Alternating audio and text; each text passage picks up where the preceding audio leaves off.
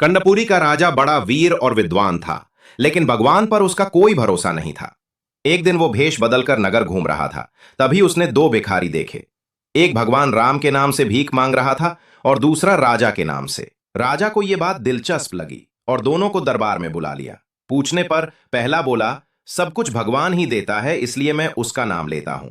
दूसरा बोला, भगवान तो दिखाई नहीं देता, पर राजा तो सामने है, वही धन देता है, इसलिए मैं राजा का नाम लेता हूं।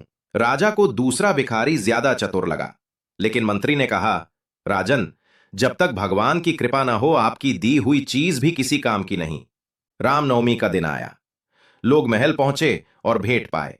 दोनों भिखारी भी आए। राजा ने अपने नाम वाले भिखारी को एक बड़ा सा कद्दू दिया और कहा, यह तुझे संपत्ति देगा। मगर भिखारी ने उस कद्दू को खोला ही नहीं, बस दो चांदी के सिक्कों में बेच दिया और फिर पहले की तरह भीख मांगता रहा।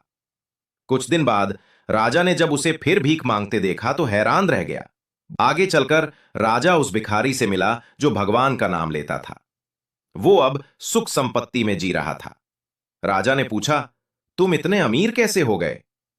भिखारी बोला, महाराज, ये सब भगवान श्री राम की कृपा है। मैंने एक ब्राह्मण को भोजन कराने के लिए एक कद्दू खरीदा। जब उसे काटा तो उसके अंदर सोने हीरे मिले। उन्हें बेचकर मैं धनवान बन गया।